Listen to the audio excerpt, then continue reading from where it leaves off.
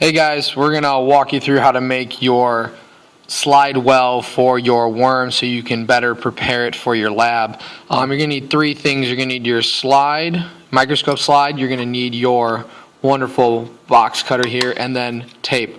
Obviously, if you're making this right now, you have to be very careful with the sharp knife.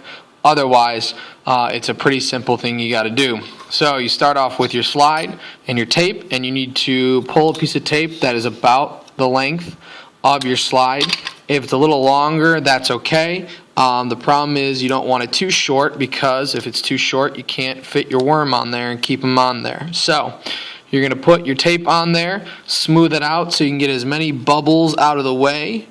If you have a little extra at the end, you can either rip it off, make that really easy there, or you can fold it under. I recommend ripping it off, just because that way you don't have too much in the background when you put it under the microscope. So there you go. You start off with your first piece of tape on this side. The worm itself is very thin, almost as thin as the lead in your mechanical pencil. So this is where you kind of have to do some measuring on your own and think to yourself, okay, how thin do I need my little well? And your well is nothing but a little cutout to fit your worm in nice and easy in the middle. So I recommend starting with a cut using your blade side here, the sharp end. That is not all the way starting at the end, but a little shorter towards the middle. And you're going to start just by pressing down, not too hard, but you want to cut into the tape, and you're going to stop about a fingernail before you get to the end. Okay, I know that might be hard to see for some, but you got that wonderful little line there. Now I'm going to cut a piece very close to it and the exact same length right next to it, a little bigger than the size of your pencil lead, but smaller than maybe a line from a Sharpie. So we're going to go very slow here. Again, I'm trying to cut into the tape. Not too big, not too small. Again, I don't cut all the way through the end. I still have about a fingernail worth of space. Okay? Now, here's the tricky part. You're going to create almost like a really long H, and you're going to cut another line so that it is before the end of your line here that you started. So here's the very end. I'm going to make a line a little bit before the end on both sides. So there's the one side, there's the other side, and I don't know if you can see this very well, but it makes kind of an H here and an H here. Now here's the part that gets a little tricky as well. You have to take the sharp end of your box cutter here, and you need to dig into this middle section here, because we're almost going to dig it out. Now remember, you don't want to dig too hard to scratch the glass, but you need to dig so that you get the middle section up. So I'm going to start at the end here by the line, and I'm just going to dig towards the middle, and as I do that, you'll see the middle section start to come up. That's the part you want to come up, and you're going to start pulling it off slowly until it goes boop, and there it is. You have your first beginning slide well. Now you aren't done just yet. You're going to have to do this 2 more times.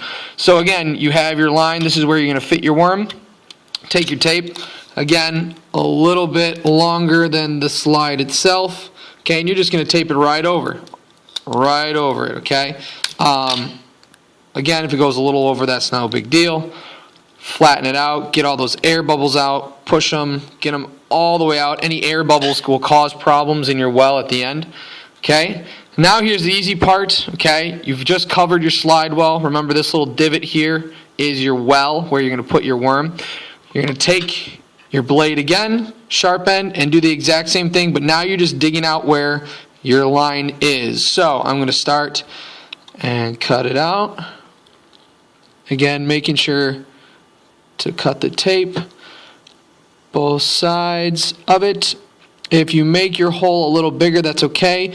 Try to keep it the same size. Again, cut your little H's on the end. Cut and cut. And then once that's done, take the end of your blade, dig out the middle. There we go.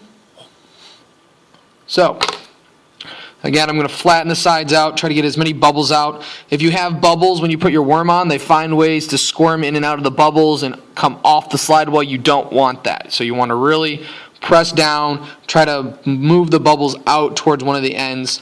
All right, and now we're 2/3 of the way done. We're going to do it one more time, 3 pieces. I recommend 4 if you have extra time. If we're falling behind, do 3, not a big deal. This is just to ensure your worm doesn't come out while you're doing the experiment. Again, a little off the end here, not a big deal. If you can rip it off, great. If not, okay, tuck it, deal with it. So again, I'm going to cut, try not to make my divot any bigger. Both sides, 1 and 2. Do my little H's here, 1 and 2. Dig out the middle. Okay. Notice I'm not digging into the sides. Okay, I don't want to dig into the sides. That actually makes it worse and causes more bubbles and makes it easier for your worm to get out. So there you have it. You just created your slide well. Make sure you get all those bubbles out. Again, if you have extra time, do a 4th layer, but 3 should be okay. If you see your worm keeps coming out, keeps falling out, then you're going to need to do a 4th and maybe even a 5th layer. But if you have any questions, see me. Thanks.